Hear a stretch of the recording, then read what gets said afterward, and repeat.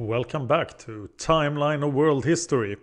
The year is 5500 BC. The Starčevo culture occupied a sizable area of the Balkans, bringing with them the farming societies of the First Temperate Neolithic. Things never remained the same, and in the region of the former Yugoslavia, a successor culture would emerge that would be distinguished for the earliest proto-writing found in Europe. Let us say hello to the Vinča. And please, Balkan people, forgive me for butchering these names. This is the Vinča culture from 5500 to 4200 BC. The Vinča occupied the region of southeast Europe, corresponding to modern-day Serbia, as well as parts of Romania, Bulgaria, Bosnia, Montenegro, Macedonia and Greece. During this period, they started occupying new areas that were bypassed by earlier settlers, which led to an unprecedented level of settlement size and density. These settlements were larger than any other contemporary European culture. In fact, they were even larger than the later Aegean and early Near Eastern Bronze Age cities 1000 years later. The type site of Vinča, Belo Brdo, discovered by Serbian archaeologist Miloševac in 1908, had a population of 2,500 people and covered an area of 29 hectares. Settlement density was usually 50 to 200 people per hectare, which increased later to an average of 50 to 100 people per hectare. The previous Starčevo settlement of Divostin in Serbia had a maximum population of 8,200 that contained 1,028 houses between 4,900 and 4,650 BC. Other settlements included Stubline and Parta. But where did the Vinča originate from? Before radiocarbon dating, it was thought that the Vinča and other Neolithic cultures belonged to the dark burnished ware complex that had migrated from Anatolia to the Balkans. Following a reassessment after radiocarbon dating, it is shown that its complex arrived much later, about 1000 years before the first settlement of Troy in the 3rd millennium BC. Colin Renfrew proposed in 1969 that the Vinča developed locally from the Starčevo, and this is accepted by most scholars. Inside the settlements, most people practiced a mixed economy of agriculture and animal husbandry. Common wheat, oat and flax were introduced to temperate Europe, which increased crop yields and allowed the manufacture of clothing from plant textiles, leather and wool.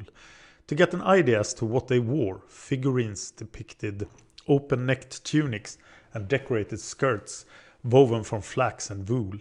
Buttons were made from shell or stone. With the introduction of the cattle-driven plough, this opened new areas of land for farming. No more backbreaking work required. Where land had less potentials, villagers would move their livestock to upland areas on a seasonal basis. In comparison to previous cultures, cattle became more important than sheep and goats, being increasingly used for milk, leather and as draft animals rather than just for meat. Movement to upland areas enabled people to exploit the natural resources of stone and minerals. One of these minerals was copper ore that was mined on a large scale at Rudna Glava in eastern Serbia. It was more likely that these were ground into powder for production of pottery or as body decoration, because we have not reached the Copper Age yet. A minority of Vinča people still hunted for deer, boar and aurochs. They fished for carp and catfish, they collected shells, and they foraged for wild cereals, forest fruits and nuts. The majority were in settlements that were based on the agricultural economy rather than hunting and gathering that had been prevalent for thousands of years. It was only if the area was low in arable productivity that wild resources were exploited. We stated that settlers used powdered copper ore to produce pottery. This was done at the household level, where a two-stage method was used to produce the polished, multicolored finish, known as black-topped and rainbow ware. Cinnabar and limonite was applied as decoration after firing. tools continued to be made from chipped stone, bone and antler, there is little evidence that craft production was made for economic purposes to trade with other settlements. The Vinca culture was synonymous with one aspect that was unique to the cultures of Southeast Europe and the world at large. Archaeological excavations led by Hungarian archaeologist Zsófia Torma at Tordos, Romania in 1875 unearthed a cache of objects inscribed with unknown symbols. Miloševac found a similar cache at Vinca Belobrudu in 1908. What was going on? A discovery of tablets at Tartaria, Romania by Nicolae Vlasa in 1961 added fuel to the debate. He believed that these inscriptions were pictograms. Radiocarbon dating found these tablets to be dated to before 4000 BC. That is 1,300 years earlier than he expected. This is earlier than the proto-writing system of Uruk in southern Mesopotamia. More than 1,000 fragments with similar inscriptions have been found in Greece, Bulgaria, Romania, eastern Hungary, Moldova, and southern Ukraine. Most of these inscriptions were found on pottery. 85% consisted of a single symbol. At first, it was thought the single symbol was a property mark. For example, this pottery belonged to X. As these same symbols have been found throughout the Vinca area, hundreds of kilometers apart, it is likely that these were used for religious purposes. With little change in these symbols, the ritual meaning and culture would not have changed for a long time until they were abandoned at the start of the Bronze Age. Some comb or brush symbols could have represented numbers. Scholars have pointed out that 25% of these inscriptions are located on the bottom of a pot. A bit strange to have it there if you were going to use it for religious purposes, unless you intended to have it upside down. It is possible that these numerical symbols were used to ascertain the value or contents inside these pots. The later Sumerians and Minoans used their script for accounting purposes. Could the Vinca have done the same? One advocate of the writing scenario was Maria Gimbutas, who hypothesized that the Kurgan culture of the Pontic steppe was the forerunner of the Proto-Indo-Europeans.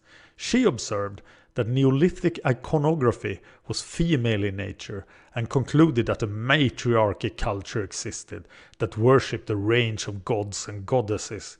She suggested that the writing system as part of the Old European script was the writing system for an Old European language that has died out, or was a kind of proto-writing symbolic system. This theory is highly controversial and has found critics who state this writing system cannot be found in an area wider than southeast Hungary, western Romania and western Bulgaria. The jury is still out as to whether this is a candidate for the world's earliest writing, just like those Chinese scripts mentioned in previous episodes. In 4800 BC, the center of the network shifted to Vršac in northeast Serbia. Long-distance exchange of obsidian from Hungary and seashells from the Aegean became more important than production of figurines.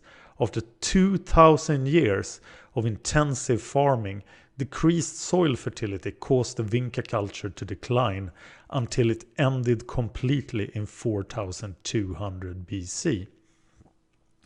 There is one culture that was influenced by the Starčevo. In 5500, another group of intrepid farmers had made their way up the Tisza River to reach southern Hungary. They encountered the existing Mesolithic people that would lead them to abandon their hunter-gatherer lifestyle. This culture spread further up the Danube, bringing with them a new style of pottery, which their culture was named after. Their story began at the same time as when the Vinca emerged in Serbia. The linear pottery culture, 5500 to 4500 BC, early investigators looked for clues from earlier Starčevo pottery that contained spirals, converging bands, and vertical bands. What they noticed was that the later linear band ware pottery that was produced by the linear pottery culture seemed to imitate and improve on the Starčevo pottery by introducing painted, incised lines. There seemed to be a link between both cultures. The linear pottery culture emerged in the middle Danube area of western Hungary, southern Germany, Austria and the Czech Republic in 5500 BC. Initially known as the early or western linear pottery culture, to distinguish it from the eastern linear pottery culture, it spread along the rivers Danube, Rhine and Elbe over a period of 360 years, reaching the Netherlands by approximately 5200 BC. By then, the linear pottery had reached its middle phase in Austria, which was known as the music note pottery phase, that moved eastwards into Romania and Ukraine. The late phase in 5000 BC, known as stroked pottery culture, evolved in Central Europe and spread eastwards. The Eastern linear pottery culture developed in eastern Hungarian Transylvania. This area had been occupied by the Starčevo as early as 6100 BC. In 5300 BC, the classical Alfold culture appeared north of the Keres culture on the Upper Tisza that flourished until 4900 BC. One view is that the Alfold came directly from the Keres, with the short-range Shatmar on the northern edge of the Keres being a transitional group. Pottery of the Alfold culture was decorated with painted white bands of incised edges. The economy relied on cattle and pigs, wild varieties of both animals occurring in the region. Barley, millet and lentils were brought into the region from elsewhere. Towards the end of the Middle Neolithic, the Alfold separated into 5 local groups that were characterized by finely crafted and decorated wares. The end of the Eastern linear pottery culture remains uncertain. There are arguments to suggest that the linear pottery did not derive from the Starčevo. Although the Starčevo entered Hungary in 6100 BC, there appeared to be a gap of 500 to 600 years until the linear pottery arrived. Cultivated species of Near Eastern crops did not grow well in soil conditions of Central Europe. Mesolithic people tended to use domestic species that developed their own food production from native plants and animals. There is a possibility that Mesolithic people were influenced by the steppe people of the Eastern European plain. Pottery was used to gather wild food resources, so it is assumed that the Central European Mesolithic people were stimulated to produce their own pottery for local food production that spread rapidly throughout the area. One thing for certain is that the area would have been heavily forested. Farmers would have to use slash and burn techniques to clear areas for cultivation. Once trees were cleared, farmers cultivated a variety of crops that included emmer wheat, einkorn wheat, peas, lentils, barley, broomcorn millet, rye, bitter vetch, and broad or field beans. Soils in terraced areas or next to rivers were much more conducive to these types of crops. With farming being introduced in the area, it was time to settle down and build your settlement. Unlike previous places we visited, these people decided to build something different and unique. In fact, it was something you would normally find in the Viking era, thousands of years later. That was the longhouse. The typical size of a rectangular longhouse was between 5.5 and 7 meters wide. Extra posts at the end of the building was evidence that some longhouses had a second floor. Clay was dug from pits for wattle and daub, with these pits being used afterwards for storage. Inside, the longhouse had no windows and one door. It was divided into 3 areas. Working activities were carried out in the brightly lit area next to the doorway. The middle area was used for eating and sleeping, and the farthest end would have been either kept for grain storage or for keeping animals. With all these people and animals, it was likely to be smelly, and what to do with all that waste? Along the outer walls at the enclosed end, ditches have been found that was used as a drainage system to collect waste and rainwater. It was unlikely that they were used for defensive purposes. One settlement at Oslonsky in southern Poland revealed a large fortified settlement dating to 4300 BC that covered an area of 4,000 square meters. This was the exception rather than the rule. Villages contained between 5 and 8 longhouses that were spaced 20 meters apart over an area of between 300 and 1,250 acres. One longhouse may have supported one extended family, although the short lifespan would have precluded more than 2 generations. Houses required too much labor to be residences of single families. It seems that villages would band together in some form of settlement cell, but the social structure between them remains obscure. The population was sedentary until the land was put beyond use. A study in the region of Wetterau in Hesse, Germany, revealed that 82% of the land was suitable for agriculture, 11% for grazing, and 7% for upland activities. The land was occupied for approximately 400 years, with 14 settlements, 53 houses, and 318 people. It spread over the region, reaching a maximum of 47 settlements, 122 houses, and 732 people in the later period. At the end of the period, populations reduced even though much of the arable land was still available. Cattle was the main economic purpose, so available grazing land was limited. Once grazing land was used up, people moved to other areas in search of them.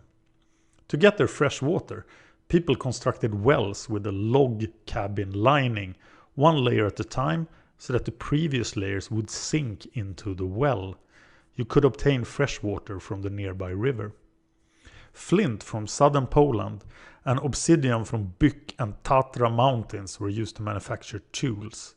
It would still be a matter of time before metal would come into use, which we will touch upon as our story progresses. How did farmers harvest their crops? With stone sickles. These sickles were made of flint before being inserted into curved pieces of wood. Another tool, known as a celt, was manufactured from a ground stone chisel blade that was pulled over a piece of wood tied to a handle. Flint was already well known to Mesolithic people. So what did these people believe in? It is likely that the linear pottery worshipped a mother goddess figure that was so prevalent in Neolithic cultures of the Near East, Aegean and Southeast Europe. As we know from our story, female figurines have been produced since Paleolithic times, 30 to 40,000 years ago. By the Neolithic, the female figure continued to dominate cultures that had grown around the mystery of birth, life and death. Nothing new was brought to the linear pottery. In the northern regions, a goddess was worshipped over a variety of things, from animals and grain to more mundane things like life and death. As for burials, the early Neolithic in Europe contained burials of women and children underneath floors of longhouses. This changed in 5000 BC.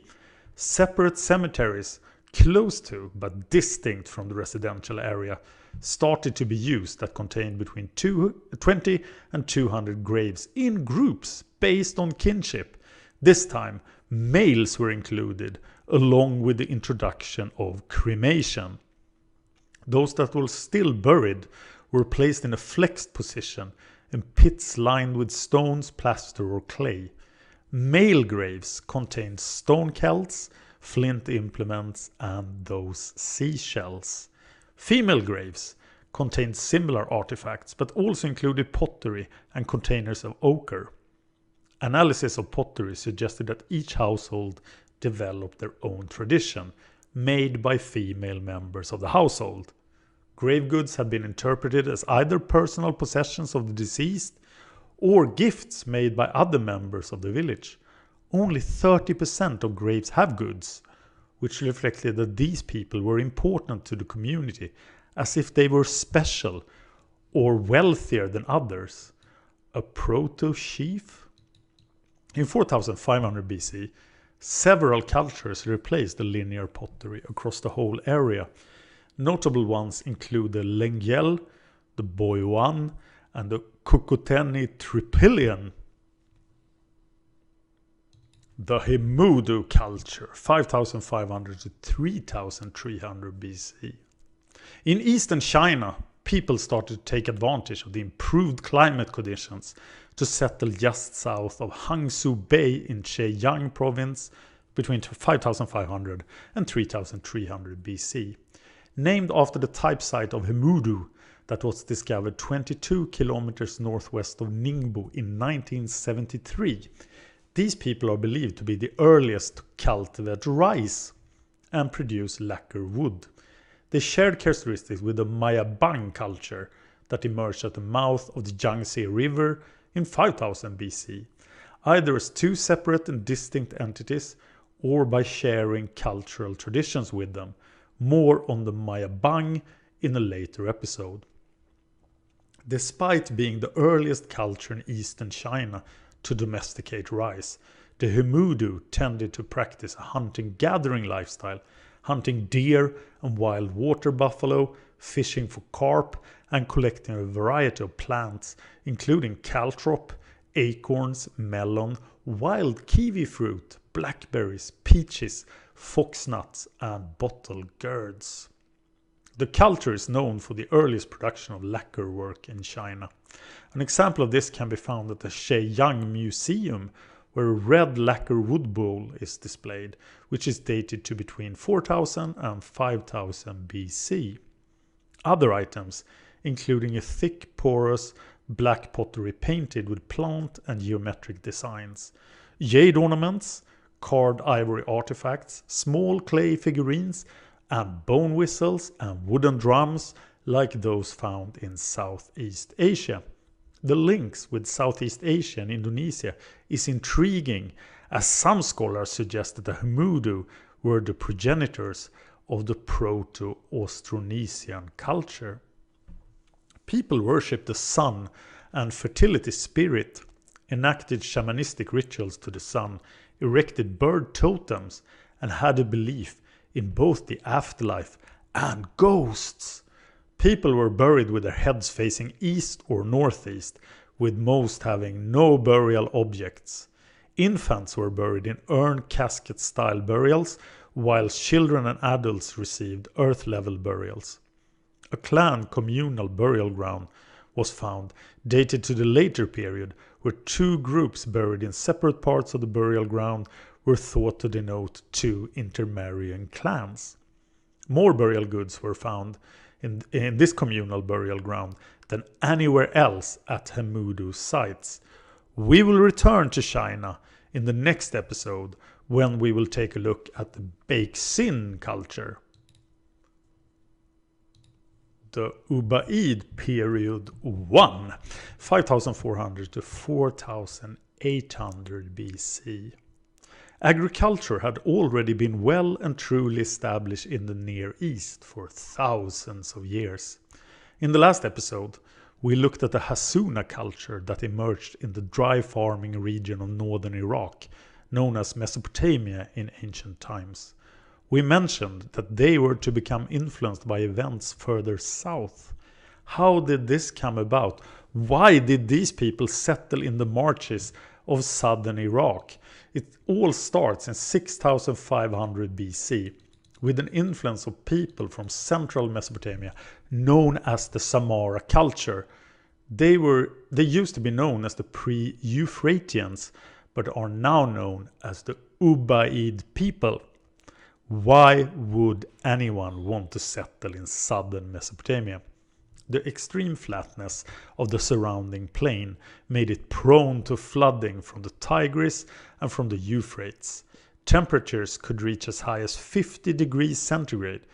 With less than 250 millimeters of rainfall per year, the ground was simply too dry to drain adequately.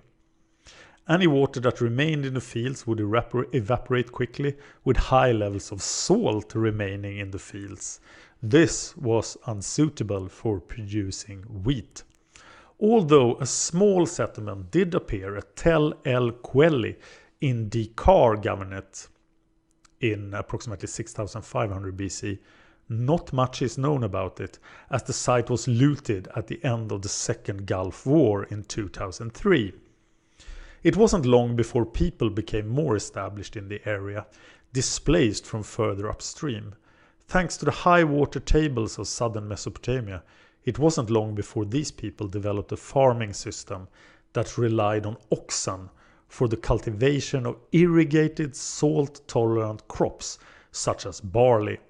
Improvements in irrigation technology allowed farming to develop in larger areas. Another advantage was that the area contained an abundance of marsh reeds that could be used for housing, animal fodder, and to build boats. The marsh Arabs who live there today, despite being persecuted under Saddam Hussein's regime, still use this technology. People began to utilize plentiful supplies of mud to construct their houses. Every time it rained, the settlement washed away.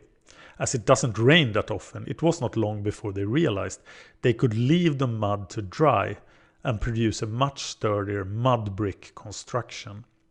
Between 6000 and 5500 BC, permanent settlements became more noticeable in southern Mesopotamia. This culminated in the first city to appear in the region. This was Eridu. Eridu was founded in 5400 BC on the shoreline of the Persian Gulf. It seems to have been based upon intense subsistence irrigation agriculture derived from the Samara culture to the north. It was characterized by the building of canals and mud brick buildings. If you look at the map of southern Iraq today, you will notice that the remains of the city are located well inland. Eridu hasn't moved. Over thousands of years, silt washed down from the Tigris and the Euphrates has shifted the shoreline further away to the southeast. People started to arrive from the Arabian littoral, bringing their fisher-hunter cultural lifestyle with them. Extensive evidence of middens have been found along the Arabian shoreline. As opposed to the original Ubaid people, scholars suggested that the Arabian people would be the later Sumerians.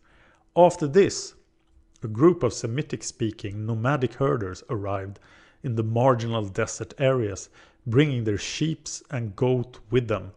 Nobody seemed to mind. Eridu increased to a size of 20 to 25 acres, with a population not exceeding 4,000 people.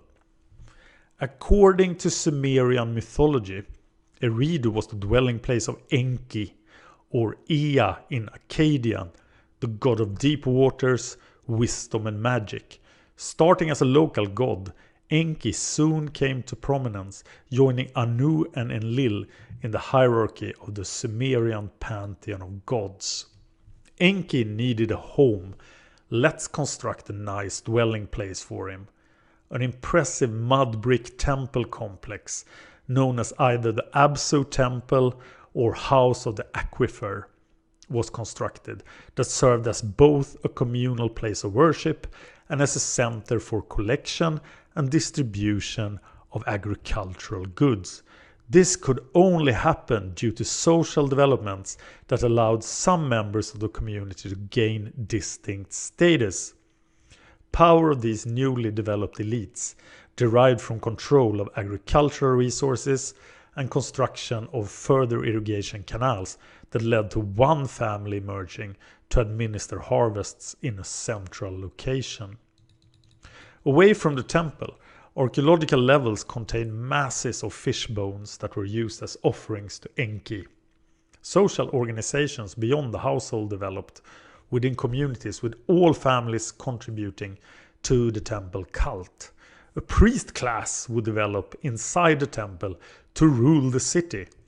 Outside the city, a hierarchy of settlements developed, which measured 10 to 15 hectares, surrounded by smaller ones of between 1/2 and 2 hectares in size. Individual communities became integrated into wider cooperative territorial organization. Egyptologist David Rule believed that Eridu was the original location of the Tower of Babel. According to Sumerian myth, known as Enmerkar and the Lord of Aratta, Enmerkar of Uruk built a massive ziggurat in Eridu, demanding tribute of precious materials from Aratta for its construction. At one point, he recited an incantation imploring Enki to restore the linguistic unity of the inhabited region so that they may all address Enlil together in a single language. Could this be a metaphor for all the different groups of people that arrived in Eridu? There was certainly no tower or ziggurat that was cast down as per the Old Testament. Most scholars dismiss David Rule's claims. We will return to the Ubaid culture in a later episode when it begins to have an influence on northern Mesopotamia. We will also look at the development of sailing in the Persian Gulf. It is time to leave it for this episode. Hang on to hear the rest of the later 6th millennium BC, like the Samar culture of Russia or Kongemose in Denmark. Well, unless you want an hour-long episode, we feel that it's best to stop now and split this section in 2 parts. So in the next episode, we will finish off the period between 5500 and 5100 BC. For now, it's time to say goodbye from Shane of Timeline and World History, and me, the fan of history. Thank you for listening, and we'll be back with part 2 for this era.